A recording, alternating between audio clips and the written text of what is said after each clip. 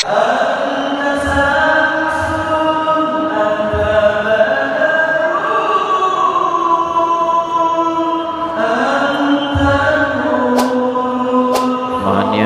kan? Malam kan gitu. Kan? Kul katakan viralkan Muhammad SAW pada hamba-hambaku yang melimpah dosanya, israf. Israf itu berlebihan. Ya, udah tahu nasi kotak jatah satu, tambah yang lain, tuh kan? Dit, udah tahu gorengan cuman cireng, tambah yang lain, tuh kan? Jatah satu, tambah yang lain. Ya, darmaji lah, tuh kan? Nah, itu israf, ya kan? Tahu darmaji nggak? Nah itu ya, darmajinya daharnya pakai bahasa Jawa. Dahar 5 ngaku siji, gitu ya. Makannya 5 ngakunya satu. Itu israf, israf. Ya, ngakunya cuman ngambil ayam, ternyata ayamnya numpang di Alphard, Alphardnya sekalian diambil, gitu kan? Itu salah satu israf namanya. Ada israf dalam berdosa. Israf berdosa tuh gini, kalau nggak melakukan rasanya kurang lengkap. Kamu tahu nggak? Dia kemarin mencuri ini. Oh yang benar. Besok saya buktikan. Nah itu israf. Jadi kalau belum dikerjakan rasanya belum lengkap. Semua dikerjain. Jahil iya. Jahil dalam hal yang buruk. Ya kan? Kemudian apalagi bikin hoax iya. Mencuri iya. Menipu iya. Dikerjakan yang buruk-buruk itu. Hati-hati ya. Ada beberapa dosa. Dosanya itu dia dosa menular. Jadi kalau dikerjakan bisa nular.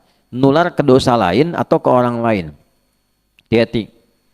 Misal zina tuh, ya zina itu kalau sudah berlaku udah kemana-mana tuh, bisa ke mabuk, bisa ke lain-lain dan sebagainya. Itu bahaya, ya, bahaya.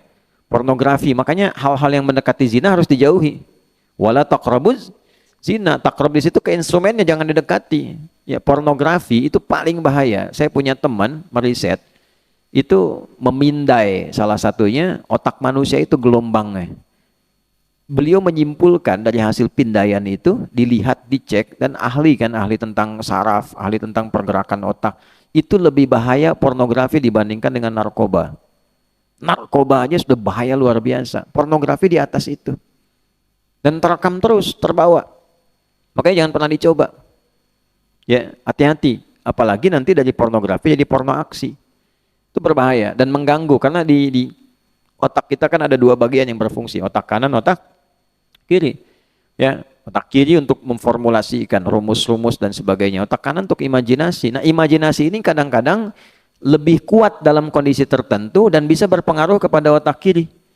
Ya, gampangnya gini, kalau lagi ngafalin Quran, itu kan otak kiri berperan tuh. Ramu, narik lagi. Tapi kan sering terganggu, setan masuknya ke otak kanan, bukan kirinya.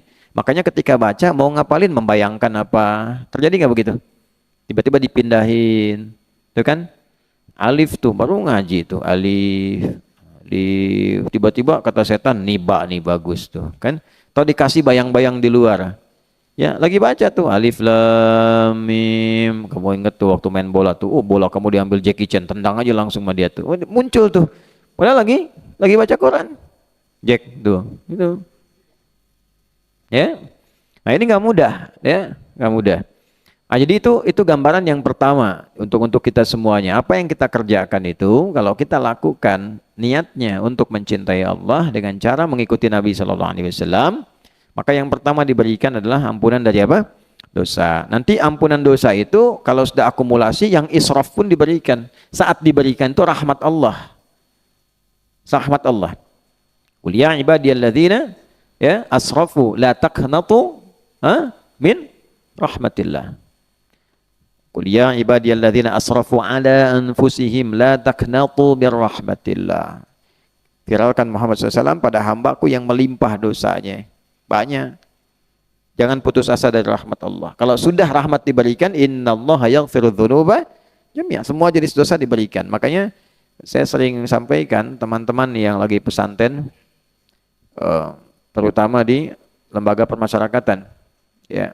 Pesantren di situ, saya sebut pesantren itu karena paling enak. Diberikan fasilitas setelah merasa berdosa, diputus, masuk pada lingkungan, diisolasi.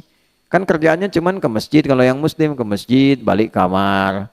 Cuman kamarnya kan dijerujiin aja gitu, ke masjid, masuk kamar, masuk lagi ruang makan, balik lagi. Itu kalau nggak dimanfaatkan untuk taubat, mendekati Allah, sayang-sayang. Bahasanya gini, kamu sudah aku kurung di situ kan, kata Allah tuh kan, dimasukkan ke situ dengan sistem yang dibuat di situ, belum kenal Allah juga, kemana lagi mesti diberikan? Itu poinnya. Nah, maka pada titik ini ketika rahmat diberikan, ya jangan putus asa dari rahmat Allah. Begitu rahmat datang, yang lain dibuka. Ujian jadi gampang. Kalau rahmat turun, ujian gampang. Ya. Karena formulasi ujian di Quran surah ke-2 ayat 155 sampai 157, walanabluwannakum bisyai'in minal khaufi wal ju'i wa naqsin minal amwali wal anfusi wath thamarat wa basyiris sabirin. 156-nya, alladzina idza asabathum musibah qalu inna lillahi wa inna ilaihi raji'un. Lalu Allah selesaikan semua ujian itu. 157-nya, ulaika alaihim salawatum mir rabbihim wa rahmah. Begitu rahmat turun, wa ulaika humul muhtadun. Solusi datang. Jadi kalau rahmat Allah itu sudah diberikan, mudah menghadapi masalah. Ilmu, ya, wajada 'abdan min ibadina atainahu rahmatan min indina wa 'allamnahu min ladunna ilma. Ya, Quran surah 18 ayat 65. Ilmu datang, itu rahmat. Nanti kalau rahmat Allah diturunkan pada kita dari ujung kepala sampai ujung kaki karena sering istighfar. Ini matanya ikut Nabi cara melihatnya, telinga ikut Nabi cara mendengarnya, lisan ikut Nabi cara bicaranya. Kita belajari, sebulan ini saya pengen belajar cara Nabi menunjukkan kita memandang. Besoknya lagi Nabi mengajarkan telinga mendengar sampai ke ujung kaki. Maka nanti seluruh tubuh kita terjaga menjadi hamba Allah yang diliputi oleh rahmat. Ya, nama Allah yang memberikan rahmat di dunia yang cukup luas, Rahman. Hamba Allah Abdun, Abdurrahman, dijamakkan karena bukan cuman 1-2, bukan cuman Alwi yang pengen jadi Abdurrahman, ya, Hanif juga pengen, ya kan? Siapa lagi? Yang lain juga pengen. Razik walaupun tadi ada di sini kemudian keluar belum balik lagi, pengen juga dapat rahmat Allah, ya, pengen tuh calon istrinya yang nonton tuh, ya, belum balik lagi tuh Razik tuh, ya, kalau dapat rahmat Allah. Jadi abdun menjadi apa? Ibadun. Maka ibad ditambah rahman jadi ibadur rahman. Wa ibadur rahmanil ladzina yamshuna 'alal ardi hauna wa idza khatabahumul jahiluna qalu salama. Santai, ada masalah apa aja lewat, ya. Yang dipikirin tuh bukan masalahnya, yang dipikirin tuh aduh ini kawan saya dosa nih. Gimana cara Allah nanti, ya? Cara supaya dia dapat ampunan Allah, ya, gitu poinnya. Jadi yang jadi pikiran tuh bukan persoalan yang dia kerjakannya pada materinya, bukan, tapi takut nih orang terjerumus dalam keburukan, ya, makanya qalu salama, mudah-mudahan selamat deh gitu kan.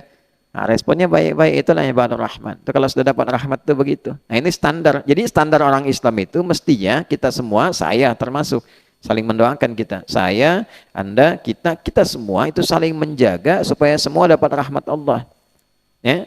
Dalam konteks itulah tiap hari kita belajar satu-satu, dikit-dikit. Nanti setelah di standar ini dirinci per kasus. Misal kasusnya pengen naik di atas standar, lebih soleh. Ya, lebih soleh. Maka nanti hubbun disifati dengan ihsan.